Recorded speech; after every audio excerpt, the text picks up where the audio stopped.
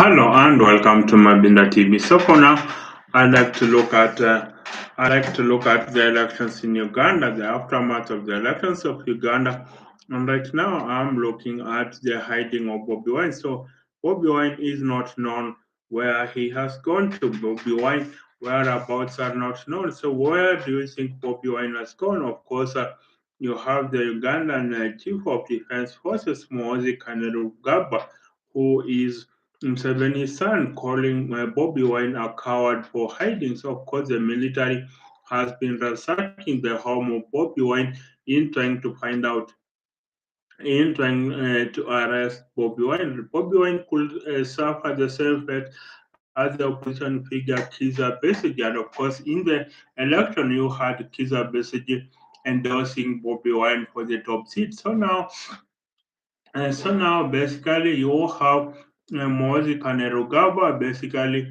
endorsing, saying that Bobi Wine is a coward. But basically, what does Museveni have to hide? Why does he want to imprison the opposition leaders? That is what we must ask. Why does President Museveni want to imprison the opposition leaders? There is no, he says in Uganda, there is no opposition. That is what President Yoweri Museveni says he, after winning 71% of the vote, Museveni says there is no opposition in Uganda. So why is Museveni after the opposition figure Bobi Wine? So basically, I would want now Bobi Wine and maybe the international community should come to the rescue of Bobi Wine. And I think really the African big man has not mastered that the essence of a great dancer is in leaving the stage while applause from the crowd is loudest. They wait to be dogged offline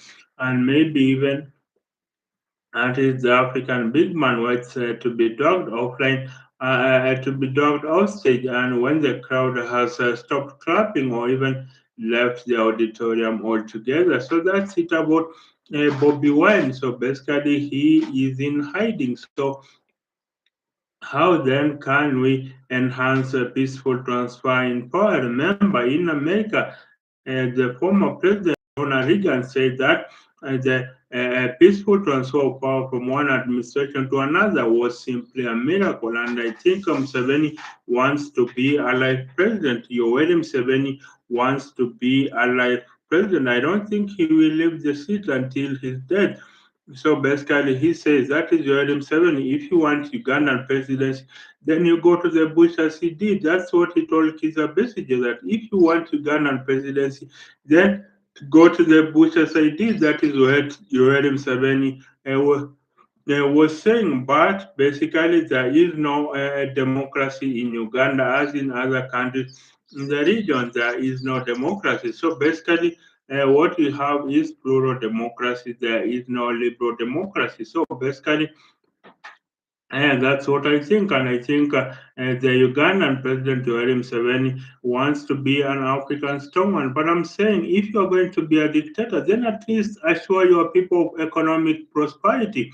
Yes, you could take the political freedoms away and be a benevolent dictator where you are authoritarian as the Singapore president, prime minister Lee Kuan Yew was. He was an authoritarian, yes, but in exchange for Singaporeans losing their political freedoms, they gained economic prosperity. And I think that is my message to African leaders. If you are going to be a dictator, then for God's sake, assure your people economic prosperity. That is the way that and that is the way that you could that is the way that you basically could endear yourself to the people. But if you are not going to endear yourself to the people by providing them economic prosperity, what business do you have leading your people? Maybe it should be like the Communist Party of China, the Chinese Communist Party, CCP. Yes, there are no political freedoms in Uganda. You cannot criticize the president in China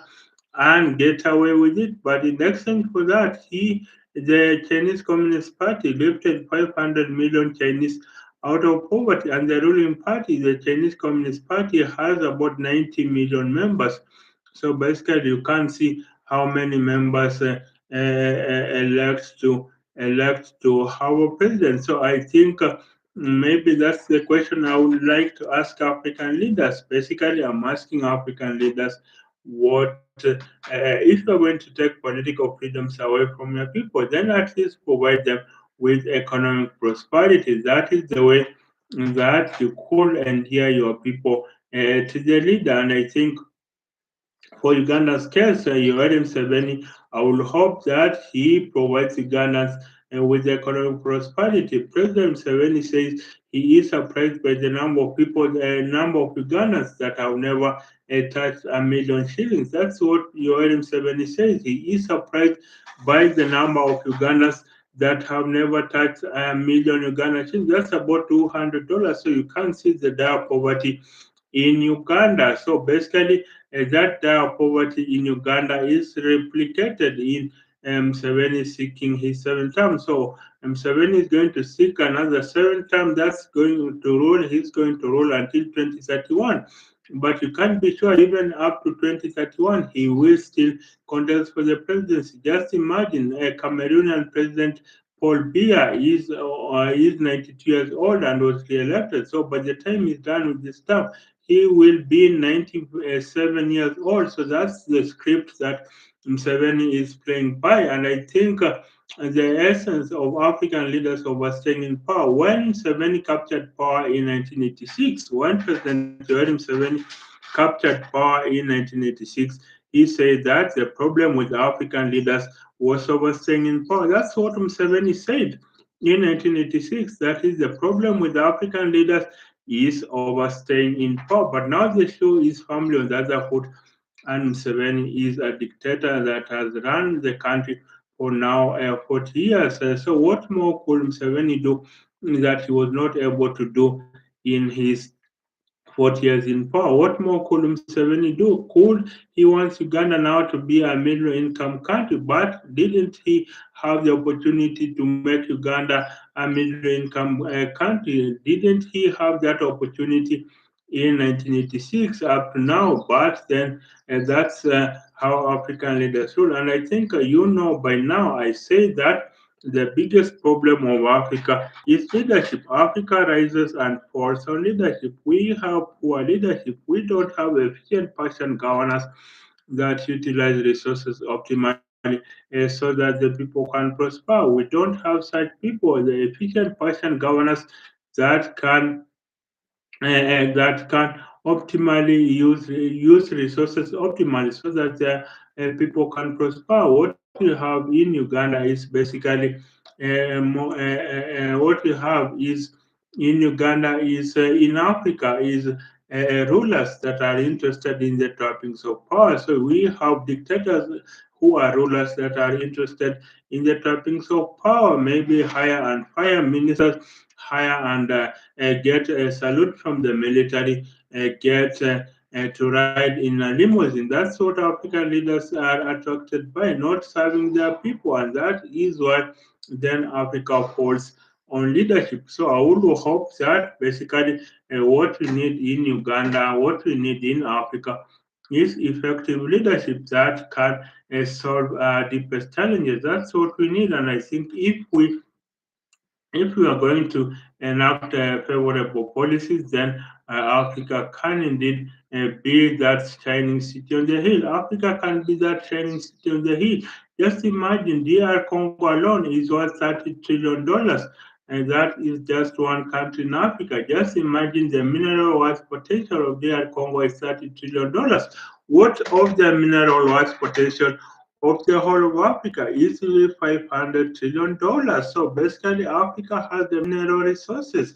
Africa has the natural resources. It has the human capital. We are exporting our human labor in terms of brain drain. They are going to develop other countries, are not developing Africa. So basically, if we combine the human capital that Africa has and the natural resources that we have, we can easily make Africa the greatest economy in the world and the greatest geopolitical power in the world. But that's only if we can convert cocoa to if we can convert coffee to coffee drinking chains, if we can convert gold and diamond to jewelry, if we can convert uranium to nuclear power, if we can convert and cotton to designer clothes. If we can convert titanium to aeroplane parts, if we can convert wood to paper, that's the way to make Africa tick. But then, do our leaders have that foresight? Why is it that when a president is giving his manifesto, basically he paints a very a great look for that country, but then when they have occupied the state house, when they become president, they literally show aside that manifesto and do not give their people economic prosperity. I think the independence leaders gave us political freedom. That was their work. They gave us political freedom. They chased away the colonizers. Of course, that is in the 1960s and 70s, or maybe for some countries such as South Africa, 80s and 90s. So our founding fathers gave Africa political freedoms. Now our present leaders must give our people that is economic prosperity. The kind of poverty in Africa is simply glaring. The kind of poverty we have in Africa is simply glaring. So I think we need a prosperous Africa that can assure Africans of at least a middle income status or a high income status. What is to stop every African being once maybe earning at least $50,000 a year? It can be done. Africa has the mineral resources. Africa has the human capital. I think it can be done. That is lifting every African out of poverty. It can be done, but then that is not happening, and I think that is why then Africa is not beating is no Africa is not going by its stripes. So I think we need to come to the table. As a leader, what can you do for Africa? As a leader, what can you do for Africa? And do the voters analyze their leaders? Maybe that's the question I need to ask. Do the voters analyze their leaders when they are going to the polling booths? Do they look at the manufacturing plan? Do they look at that is jobs plan? Do they look at the healthcare plan? Do they look at the jobs plan, at the education plan? Do they look at those plans, or maybe they're simply boring? So you will need tons of information. That I think the African voter contributes to the mismanagement of Africa because they put in power leaders that have absolutely no inclination to lift Africa up. That's why I think the water is also to blame, and that's why the Zambian American economist Dr. Dambisa Moyo, in her book Age of Chaos, Dr. Dambisa Moyo says that the voter must sit for a civic test. She calls it that the voter must sit for a civic test, and only those who pass get to vote. And so maybe the nature of that. A civic test must be might be contested. Maybe you look at what does it mean to be a credible citizen. What sort of president do I need to elect? Maybe what sort of that is expectations do I have from my leader? So that is what is the civic test could look like, and I think.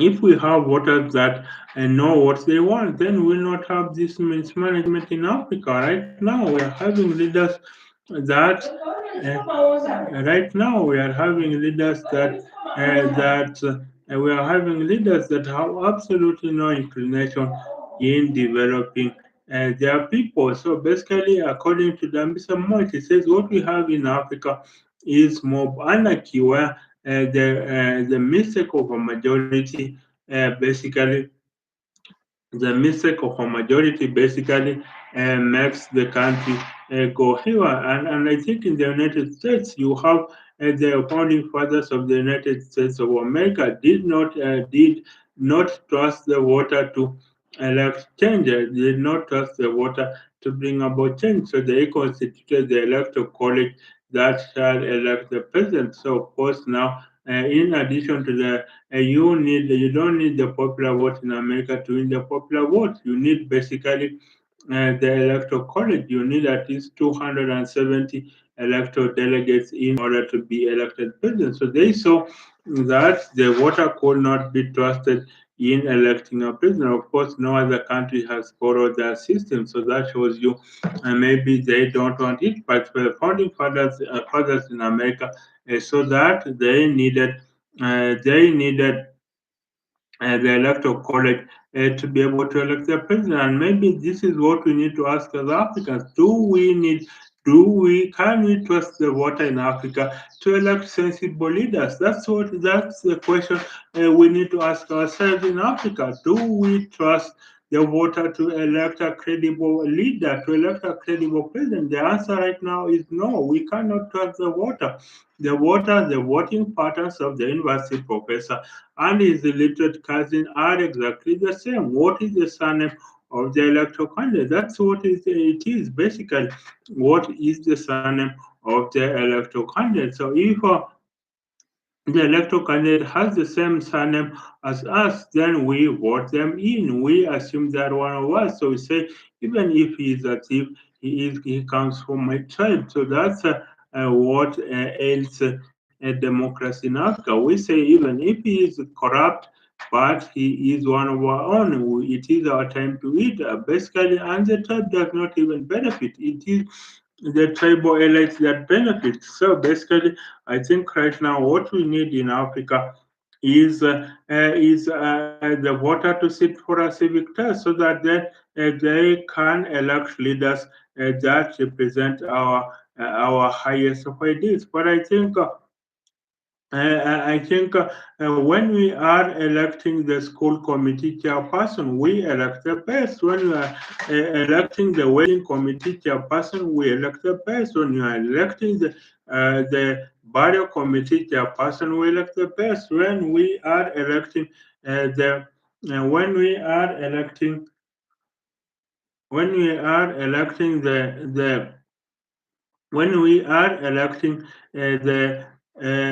burial committee chairperson, we elect the best. When we are electing the cattle dip chairperson, we elect the best. But then the question to ask: why is it that when we are electing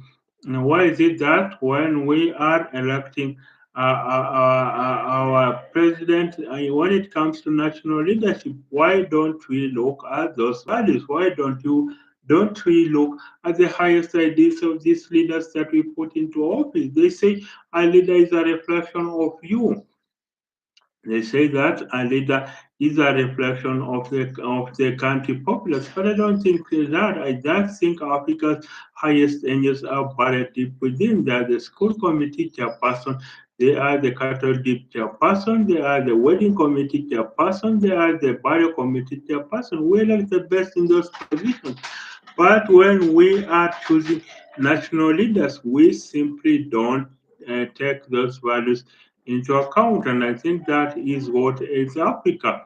We don't take those values into account when we are electing national leaders. That's why Africa is in the problem that it is at, and it is very bad. It is the lack of leadership in Africa is at a situation. Look at the Mo Ibrahim Leadership Prize. Mo Ibrahim, of course, he is a billionaire in his own right. So he who founded his wealth, he made his wealth when he invested in Celtel in Sudan. He's a Sudanese British right now. He founded Celtel when then it sold to Zen, then sold to I think Airtel. So those operations in Africa were founded by Mo Ibrahim. So Mo Ibrahim Leadership Prize, the world's largest annual leadership prize, is awarded to an African leader who, during his time in office, oversaw great economic and democratic gains in their country. So for the past 5 years, the Mo Ibrahim has not been awarded simply because there is no credible leader in Africa to be able to maybe get that leadership prize. It's a $5 million leadership prize awarded to an African leader, former African leader who during their time ensured there was great economic and democratic gains for their country. It has not been awarded for the last 5 years. That shows you that basically Africa has has a dire need for leaders that are putting Africans first. Look at our manifestos. Look at our manifestos. Look at the kind of vision statements of African countries. Look at the visions of 1980, having tap water in every African home, having electricity in every African home, having tarmac road in every African village, having and the number of jobs that are having the college and the school graduates getting jobs before they even graduate. Where have all those manifestos gone to? Basically, our leaders don't mean it. They don't mean that manifesto. They just hire a team of experts to craft that manifesto without coming from the heart. So we have no leaders that can really go over the top. And this is the year 2026, but you still have half of African homes don't have electricity, half of African homes don't have tapped water, half of African graduates, and not even half, nearly all graduates, school and college graduates in Africa don't have a job. So basically, that shows you that Africa and that shows you that Africa is sitting in the states, that basically we don't have people that can, basically, we don't have that is leaders that can make sure we can leapfrog the world that we can go to. And we don't have the leaders that basically can drive change in Africa. But I would think the African leadership leader is disjointed. Either they are a peasant, so they economically, they emotionally connect to the voter, peasant voter, and so they get elected. But then they do not have economic means to be able to uplift their people from poverty. Then you have an African leader that is a technocrat, has all the solutions to of Africa's problems, and maybe committees has all the solutions to African problems, but they are technocrats. They cannot emotionally connect to the voters, so they don't get elected, and the African miracle story becomes a deferred dream. And then of course you have the and then of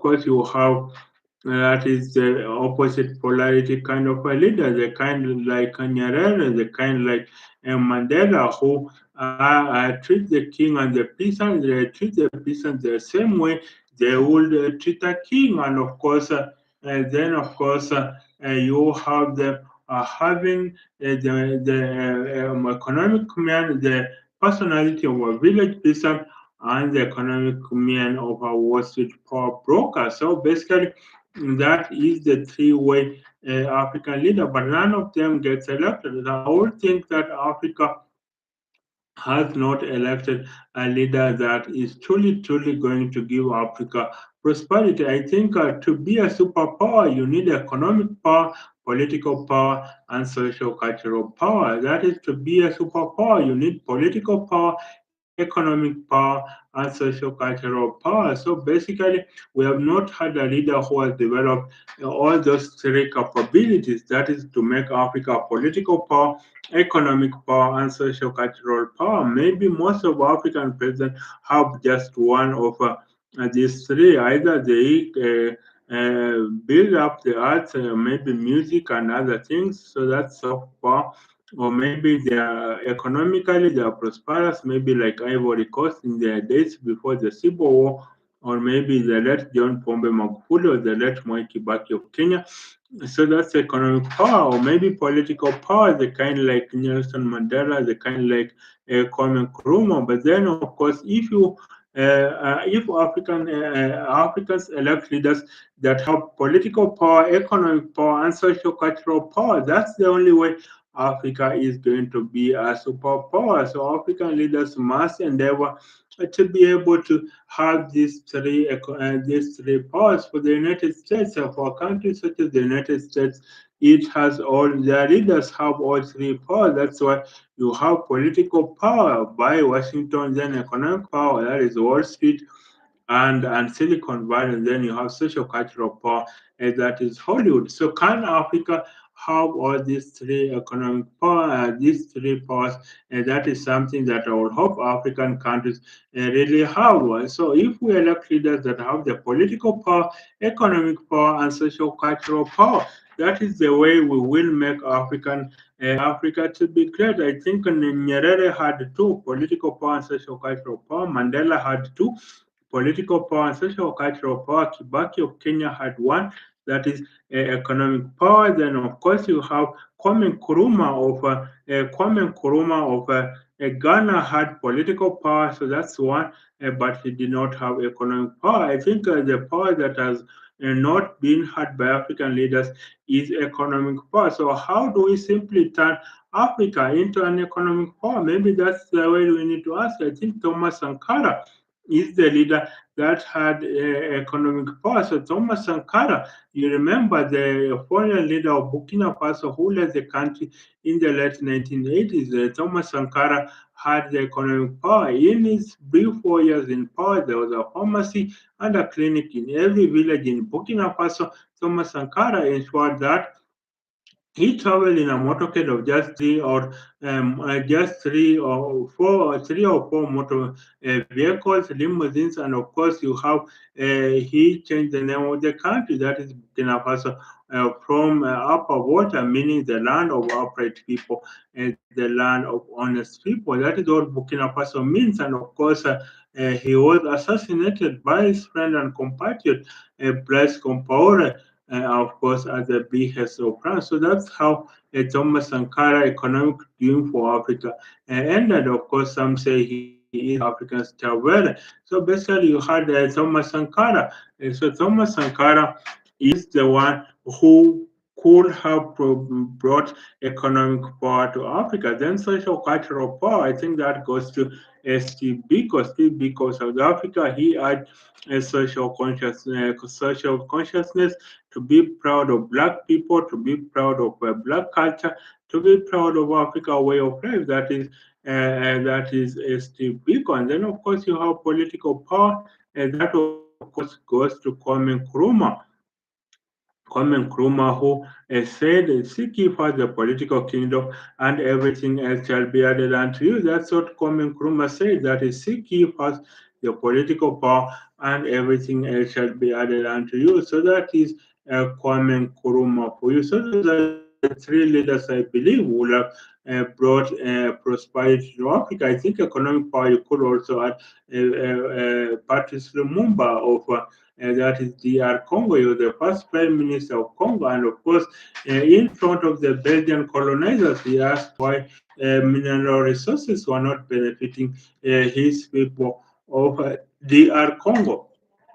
And that is what Thomas Sankara asked. Why were the mineral resources not benefiting the people of the R Congo? That is what Thomas Sankara, that is what Patrice Lumumba asked.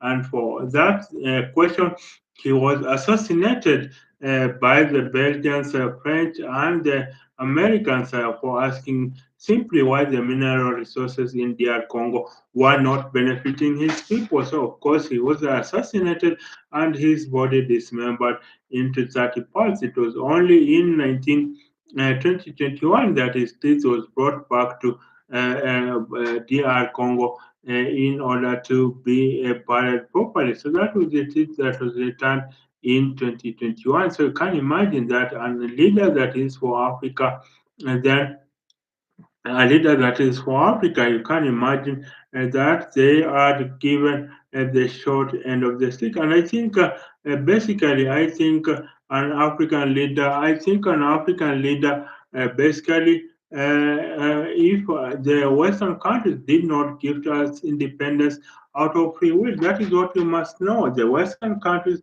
did not give us independence out of free will. I think they saw the running of the colonies was getting difficult. So what did they do? What did the Western powers do when they saw the running of the colonies was getting more expensive? What they did, they average leaders that they could control. Of course, you could ask, but it is the Africans that are voting these leaders in. You could ask that question, that it is the African leaders that are voting these leaders in. So how come then they cannot?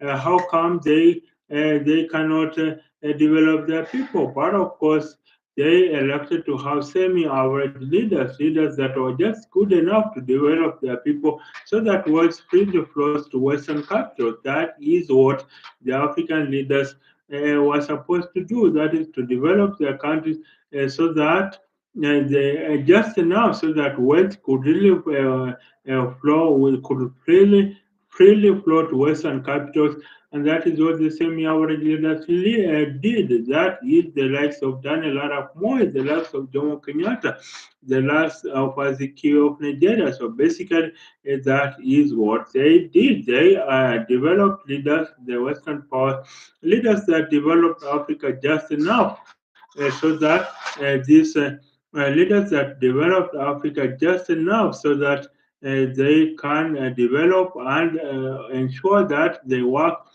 so that the wealth freely flows to Western capitals. So basically, that is what these colonizers did, and so on. And of course, if a leader emerges that is truly for Africa, do you West will let that leader survive? Just ask yourself if Africa, there came a leader that basically was for the people, had all the right ingredients for Africa to be a superpower.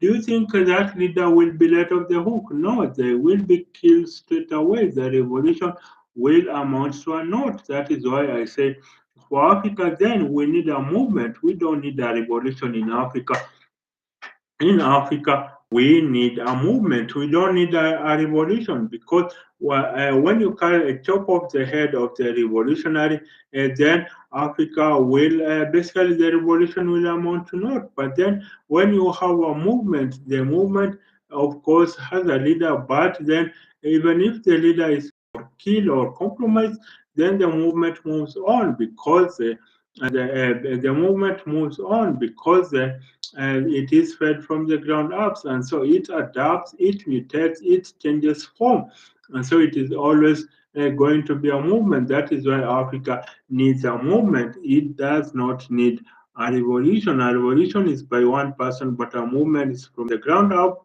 fed from a million inflection points. That is why I guess that Africa needs a movement and not a revolution. So you let me know, what do you think? Do you think Africa needs a movement or do you think Africa needs a revolution? That is, do you think Africa needs a movement or do you think Africa needs a revolution? So that's it about economic power, social cultural power, and political power. So basically, I think for Uganda, then the president must go easy on Bobi Wine. He must open up the political space.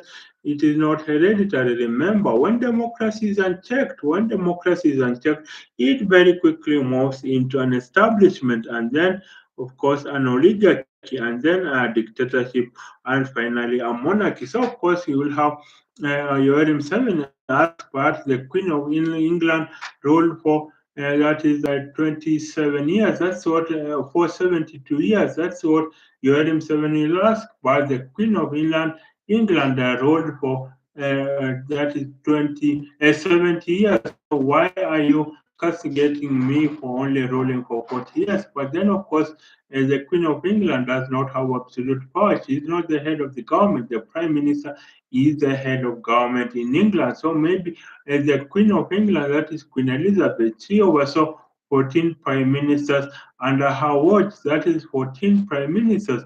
And so you can see that she is mainly a ceremonial figure. Of course, that is why. And then, of course, African leaders like Robert Mugabe used to question why England had a sovereign king and queen, whereas they lectured African countries to have term limits. But I think a country needs term limits really. And remember, the underlying theme of presidential term limits is that it is better to truncate the rule of a saint than extend the reign of a despot. That's the underlying theory of presidential term limits. That is, it is better to truncate the rule of a saint than extend the reign of a despot. And I think that is why then in Africa we need to be able to have leaders of saints such as Nelson Mandela. They vacated their seat eventually. Mandela ruled only for one term, 5 years only, and he was happy. He left the seat in 1999 to Thabo Mbeki. But then, of course, you have these depots that want to extend their reign. Basically, they say there is nothing better than there is no someone that can rule better than me. That's how despots rule. And of course, you have now Yoweri Museveni is saying that there is no better leader in Uganda than him. So basically, you can see how that goes. So basically, that's it about uh, Bobi Wine, the military wanting to get Bobi Wine. And so that's it about the military wanting to get Bobi Wine, where Muhoozi Kanairugaba has called Bobi Wine a coward for evading capture by the military. So that's it about Uganda recent elections. So that's it about Uganda recent elections. And so I will move over to Nigeria. Let's look at the top stories. Uh, Top stories in Nigeria. Let's look at the top stories in Nigeria. Top stories in Nigeria right now. Let me see what kind of top stories are there in Nigeria. So uh, just a minute. The top story in Nigeria is that the top story in Nigeria is that uh, decades of trade deals failed to win Nigeria off crude oil dependence. That is, decades of trade deals failed to win Nigeria off crude oil dependence. That's the cost of mineral resources in Africa. Again, the decades of trade deals failed to win Nigeria off crude oil dependence. So oil is a blessing if you use it well, but if you don't use it well, then it is a curse. You have Nigeria. Nigeria dependent on several economic pivots before the discovery of oil. But as soon as oil was discovered, then the other sectors of the economy, such as agriculture, died down as crude oil, supported the Nigeria's economy. So basically, decades of trade deals failed to win Nigeria of crude oil dependence. So how can Nigeria win itself from crude oil? How can Nigeria win itself from crude oil? So basically, I would hope that Nigeria has the same oil as Qatar, but look at Qatar; it has the highest per capita income, among the highest per capita income in the world, about 200,000 per capita, which is high up, even more than the United States. That is basically Qatar, and of course you have Nigeria having the same crude oil resources as Qatar, but they're not developing as a result. So why is it that Nigeria is not developing of its crude oil? Why is it that Nigeria is not developing of its crude oil? That's the question we need to ask. Just a minute.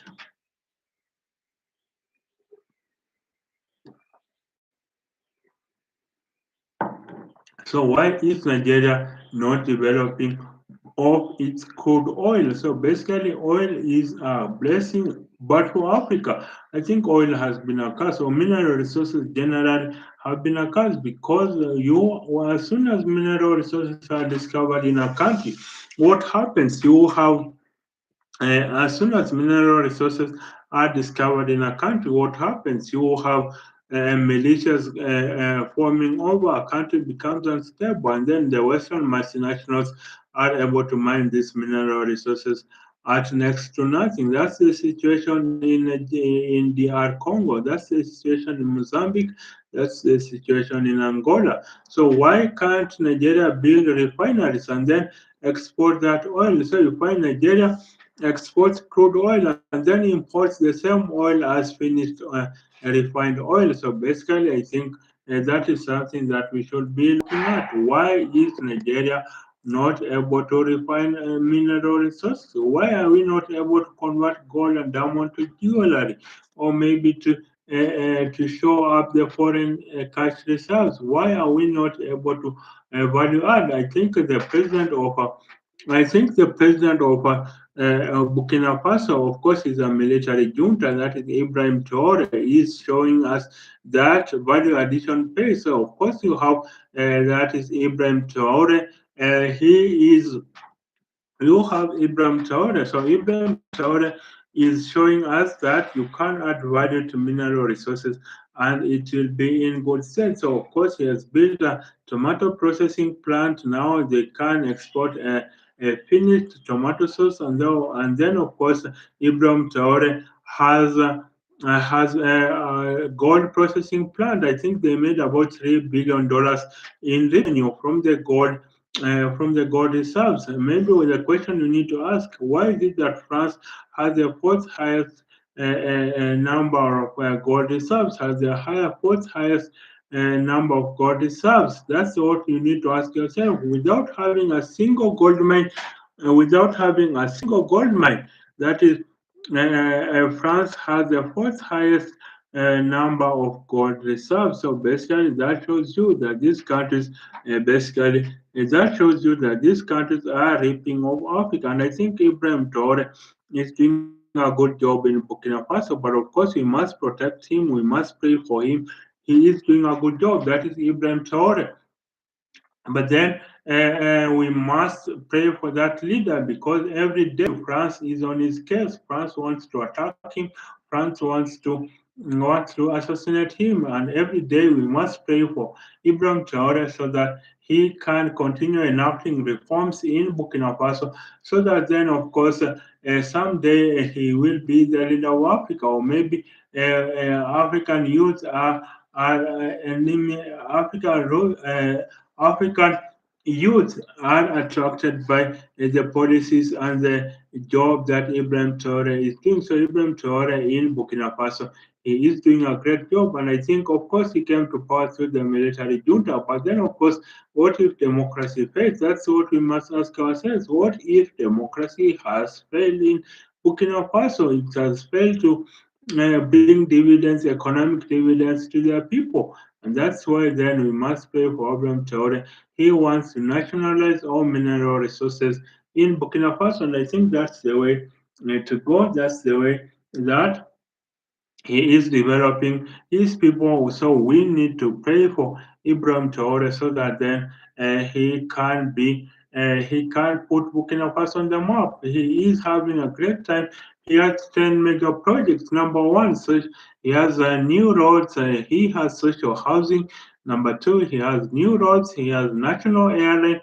That is Ibrahim Traore. He has national airport. He is constructing. Number five has a container depot of the coast of Burkina over of the coast of Ghana, and of course an inland depot on the border with Niger and Mali, and of course, and I think Chad, and of course he has a post bank. That is Ibrahim Traore. He has a post bank, and then of course there is a university polytechnic. That's number seven. Number eight, our tomato processing plant, and number nine, he has a gold processing plant. Number nine. And of course, he has a cotton processing mill. So you can see the kind of projects that Ibrahim Traore is doing. Ibrahim Traore is really ticking on the right boxes, and I think he is the reincarnate of Thomas Sankara. So that's the spirit of Thomas Sankara right there in Ibrahim Traore. So basically, I think that's the spirit of Thomas Sankara right there, and I think that spirit can indeed influence Africa in some way. So basically, value addition is the key. Value addition is the key, and that's why we need an Africa that truly has value addition. So basically, Nigeria economy, depending on oil, has brought immense corruption. It has brought income inequalities. Basically, you have a jobless growth. That's the kind of mineral resources that mineral resources are doing in Africa. You have jobless growth because all the oil wealth goes to a few individuals. Look at Angola. The daughter of the former president, Eduardo dos Santos, Isabel dos Santos, was the richest woman in Africa simply by diverting oil from natural resources and diverting it into her own bank accounts. That is Isabel dos Santos. So basically, Isabel dos Santos, that's how she became the richest woman in Africa. Then of course you have, I think you have. Then of course you have basically in Equatorial Guinea you have the president Teodoro Ngoma who has appointed his son as the vice president so that he is not toppled in a coup. Basically, you have Teodoro Ngoma diverting oil resources on paper. Equatorial Guinea is worth 30. Each Equatorial Guinea has a per capita of $35,000. That's Equatorial Guinea has a per capita income of $35,000. But then when you interact with normal people, that wealth isn't just felt because that wealth goes to the president's family and his cronies, and the court hangers are the ones who get to enjoy Equatorial Guinea money. So basically, and I think of course, that $35,000 per capita is the same as Britain. But then, of course, according to a BBC documentary, that wealth is the wealth from oil wealth from Equatorial Guinea is banked in a bank just opposite Congress in America, the bastion of the so-called bastion of good governance. So basically, that's how you have Equatorial Guinea wealth going to a few, the president and his cronies are not benefiting his people. So that's how oil wealth is not just benefiting the people. And then of course you have in Mozambique after oil liquefied gas was discovered off the coast in the northern part of Mozambique, that is Cabo Delgado. You have the instability brewing up in that region, in Cabo Delgado region. You have instability brewing up in that region, and that's how then the Western multinationals are able to mine that wealth in next to nothing. That's why African places with no with mineral resources are a hive of instability because the Western multinationals know that they will siphon off oil at next to nothing. That's why Africa are forever fighting among themselves because militia are often propped up. And so armed conflict in Africa is directly linked to mineral resources in Africa. And Kofi Annan, the former Secretary General in Africa Progress Report, wrote of how oil in a statement. They wrote of how oil wealth was of how oil wealth was not bringing dividends, economic dividends to the people. So basically, I think just a minute.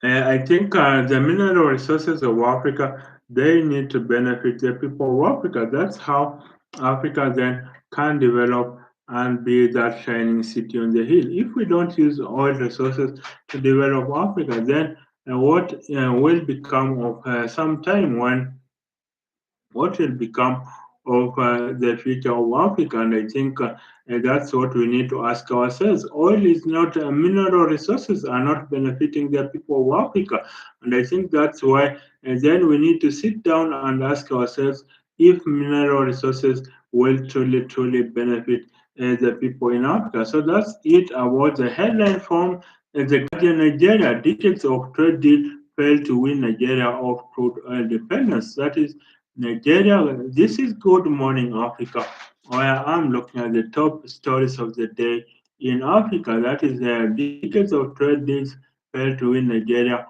of crude oil dependence. Uh, and so that is it about that's it about Nigeria. And then another top headline in Nigeria: you can't speak truth to power under Tinubu, says McKinley. That is, you can't speak truth to power under Tinubu. So that's it about dictatorship, which I've analyzed. You can't speak to truth. You can't speak truth to power under Tinubu. That's what civil activists are saying. That is under Tinubu, you can't speak truth to power. So basically, that shows you that democratic space in Nigeria under President Bola Tinubu is basically the democratic space is weakening. The democratic space is thinning out, and so basically you can't speak truth to power. And what is the basis of democracy? Democracy is we have different ideas. Everyone has different ideas. You come with the idea, I come with my idea. We debate, and then we iron out, and then the idea that emerges is a conference of the two ideas. So if you are going to crash out dissent, I don't know why African presidents want to crash out dissent. If you want to crash out dissent, then basically you are in the wrong place. So basically, if you want to crash out dissent, then you don't deserve to be president at all. And so that's why I say that Africans must be able to have presidents that allow for dissent. Basically, why can't it to power? That's authoritarianism creeping. And Nigeria is holding elections next year. What happens if the president is defeated? They refuse to work at power. I often say that the opposition must be able to keep the government in check. That's the purpose of opposition. The opposition must be able to keep the government in check. Otherwise, how will the best ideas emerge? Basically, if you have gone wrong, then an opposition leader deserves to keep you in check and say, "Here, Mr. President, you did not do well. The king must be told that he's naked." That's how democracies are run. If President Bola Tinubu is going to crash out this, then that is very sad indeed. And I think going forward, the opposition figures must be protected because they act as the people's watchmen. And I think if President Bola Tinubu is going to crash out dissent, then that shows the democratic space in Nigeria has weakened, and that is not a good thing. That is not a good thing at all. That is something that we must interrogate. Why is President Bola Tinubu? Why is President Bola Tinubu crashing out dissent? That is something that must be investigated. It should not be happening in present day Nigeria, in present day Africa. And Nigeria, really, you have the North versus the South versus the Southwest. That is a sleeping giant. The oil west is not doing anything. The political space has collapsed. You have northern Nigeria, Boko Haram coming up, of course, assisted by ISIS. You have ethno-religious toxic politics, and of course, that just puts a strain on the Nigerian economy. And this is why I say the Nigerian economy, the Nigerian political space has weakened. And I think in Nigeria, you have the North versus the South. In Ghana, again, North versus the South. In Sudan, South Sudan, you have the Nuers versus the Dinkas. In Kenya, the Kikuus versus the Luos versus the Kikuus, in versus the Kalenjins. In Uganda, you have the Ankole versus the Bunyore versus the Buganda. In South Africa, you have the Zulu versus the Xhosa. So I think what needs to happen really, is an acknowledgement. What needs to happen is an acknowledgement that democracy can only function if we have differing ideas. We cannot all be the same. We cannot all speak the same language. People interpret things differently. People interpret the situation differently. People put the government to check so that it can be better. It is not for the worse. People put the government to check so that it can be better, and that's how we can get a country that functions. That's how we can get a country that is at the absolute leading edge of innovation. So that's it from the Guardian Nigeria. Let me check another headline from the Guardian Nigeria. The Guardian Nigeria. Let me check if they have another story. Let me check economic another story from the Nigerian Guardian. From the Nigerian Guardian. So another story from the Nigerian Guardian. Nigeria's democracy excludes many citizens from justice governance. That is, Nigeria's democracy excludes many citizens from justice from governance. So that's it about Nigerian democracy. It excludes many citizens away from justice from governance. So basically, that's it. Nigerian democracy excludes many citizens from justice and governance. So basically, that's what a president that does not want to be told is authoritarian. But I think they are getting the traits. These presidents, I think, they are getting they are getting the language from Donald Trump, the U.S. president. Of course, he is also authoritarian in his own right. So, of course, these African presidents are emboldened by the authoritarian nature of Donald Trump. So, basically, they don't want dissent. If you don't want dissent, then don't go to leadership positions. If you don't want dissent, if you don't want people to oppose your ideas, then don't go to elective politics at all. Go to a monarchy. That's a monarchy where people don't want, the king cannot be told that he's naked. That is a monarchy.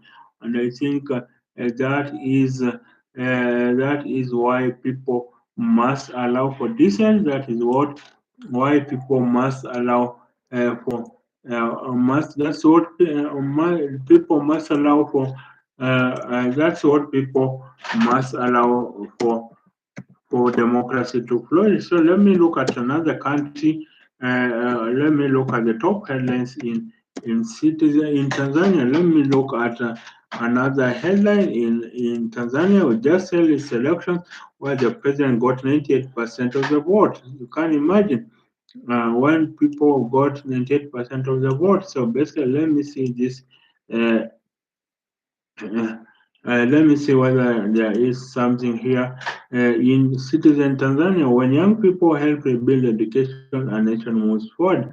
That is uh, uh, when young people help rebuild education, a nation moves forward. So this is about the right kind of education in Africa. What kind of education does Africa need to have? When young people help rebuild education, a nation moves forward. When young people help rebuild education, a nation moves forward. So this is about what kind of education system should African countries have? What kind of education system should African countries have? Should African countries have a liberal education, as the case of the United States, or a practical education, as the case of maybe Japan and China and the Asian countries? Basically, I think you have a liberal arts education. The difference is that it helps liberal education. The difference for liberal education is that it helps shape the mind, and of course, even when you are learning history, even when you are learning about Vasco da Gama, of course, some ask what the Kenyan president then, as deputy president William Ruto, asked what use was knowing Vasco da Gama going to help him in his life, but it helps shape the mind. And of course, that is why many American leaders have a liberal education background, and so I think that is the way that many people are asking, what kind of education can make Africa prosper? What kind of education do we need? Practical, on the hands education of the Asian countries, or do we need the more mind developing education of the Western countries? Of course, the Western countries' education is more often than not is liberal based, is theory based. Then they assume that you're going to learn the practical in maybe they assume you're going to learn the practical the Western countries assume that you're going to learn the practical in the field. That's what African countries borrowed. But then Africa has no Toyota, Africa has no Mitsubishi, Africa has no Panasonic, Africa has no NASA, Africa has no Ford, Africa has no General Motors, Africa has no Tesla. So where if you teach me theory, let's say engineering, you teach me theory of the many mathematical formulas, then where in the world will I practice that theory? Maybe there needs to be more hands-on education. That's the way then that Africa is going to prosper. How do we enhance the education system in Africa so that we produce minds that are both wired to be better citizens, and also minds that can make sure that we put food on the table, skills that put food on the table. Yes, we need education for the mind and education for the skills. We need both of them. So maybe, of course, you heard Ugandan President Yoweri Museveni saying studying the arts was useless. But then, of course, useless really. We need to, if Africans, for instance, knew their history, if they knew they built the pyramids, if they knew Euclid was African, then they would be able to they would be able to be inspired, and that's the purpose of an arts education. It inspires, it brings. That's the purpose of an arts education. It inspires. It brings that is. It brings people minds to be able to question the current society we are in. The last great story of Africa was 700 years ago. That was the last great story of Africa. I think in 1300 is when Africa began losing out in the year 1300. So you can imagine in the 700 years, in the 700 years since 1300, we have been in the wilderness because we don't know our history. And this history needs to be taught to our kids so that they know that not everything came from the West, that we had on our own independent systems. We had mathematics, we had Euclid, we had geometry, we had medicine. Basically, I think according to a study of, according to a person who has studied the Egyptian ancient culture, says the ancient Egyptians they studied for 40 years in the universities and colleges. In the ancient Egyptians, you studied for 40 years. So basically, that means that you did not graduate after 40 years. So basically, you studied for life. Basically, if Harvard and Yale were to be compared to those universities of Egypt, they will be kindergarten. So basically, I think that's what we need to arm our people with so that they know their history. So I think we need both the sciences and the arts.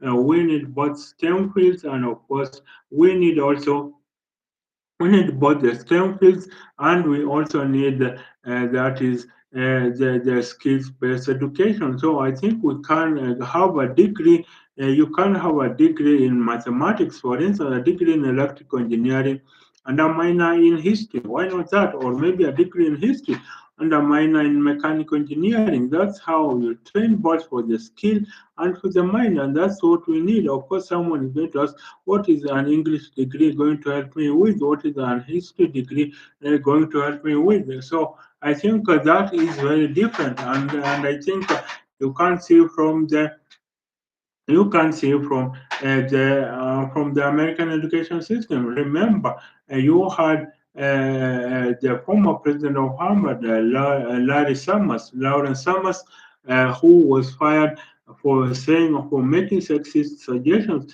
that women were inferior in math and science. That's what Larry Summers said. Of course, the board then fired him, but of course.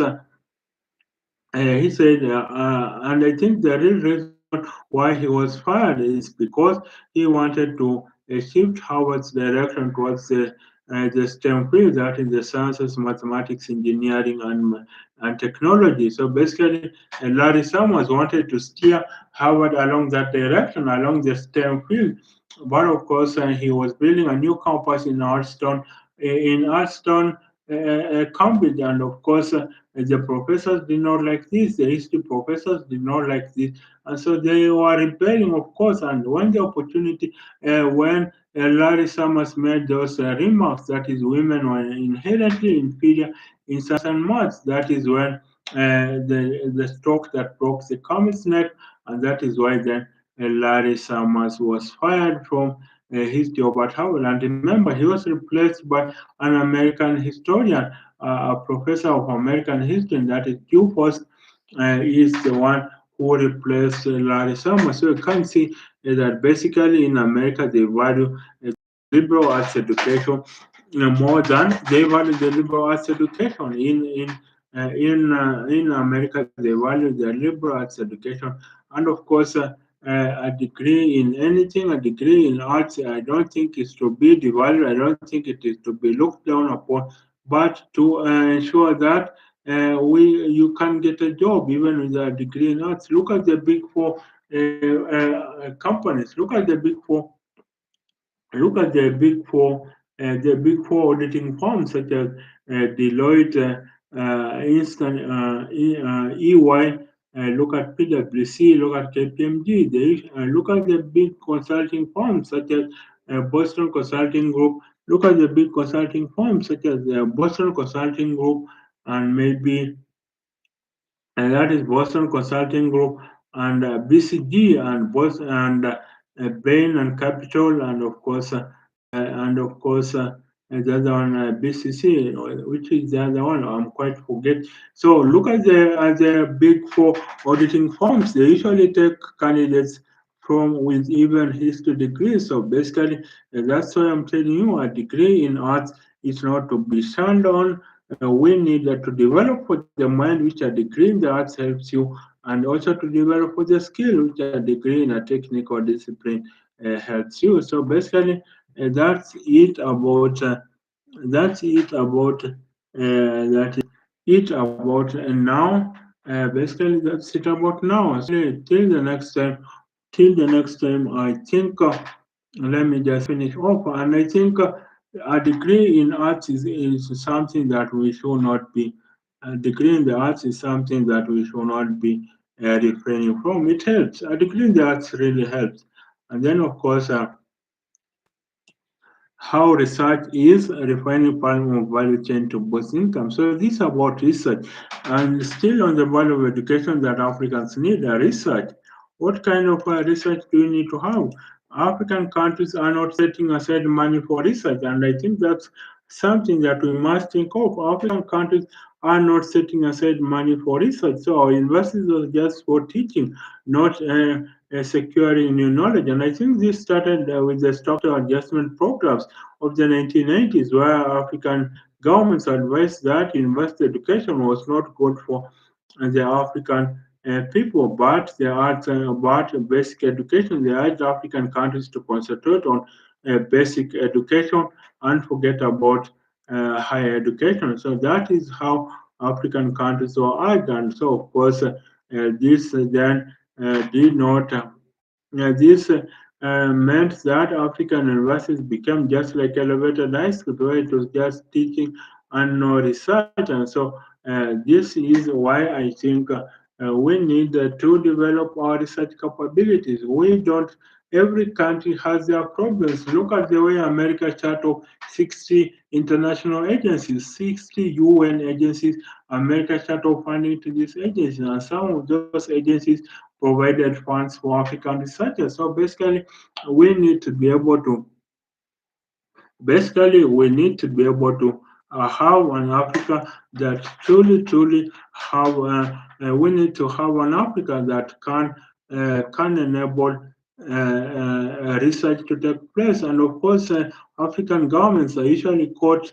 African governments are usually caught between a rock and a hard place. Do they solve the immediate needs of hunger or maybe provision of food versus the needs of research whose results may not be visible 5, 10 years into the future? But I think the research results usually mean that research usually helps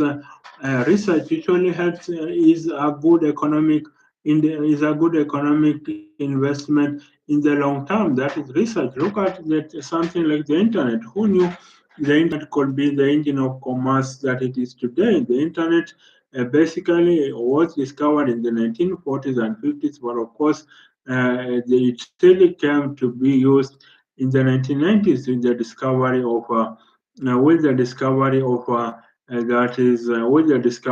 hypertext markup language, that is HTML, in 1991 under the British scientist Tim Berners-Lee. So can see how research can can help in the long term.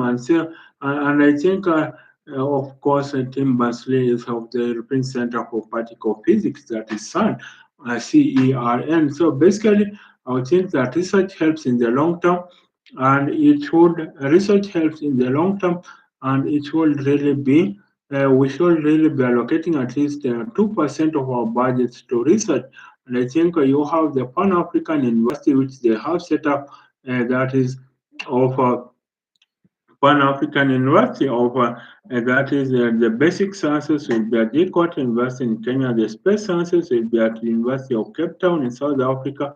The social sciences will be at the University of Yaoundé. The atmospheric and earth sciences will be at the Ibadan University of Ibadan. Then the water and energy sciences will be in Algeria. And then, of course, so that's the University Pan African university which will be in those 5 campuses. But we need our own Harvards and Yale institutes. The West has its own problems. The West has its own problems. If malaria was affecting Western countries, I can assure you it will have been finished in it will have been finished. So that's it for now. For now, that's it. I'll look at another set of headlines when I come back. And that's it for now. Talk.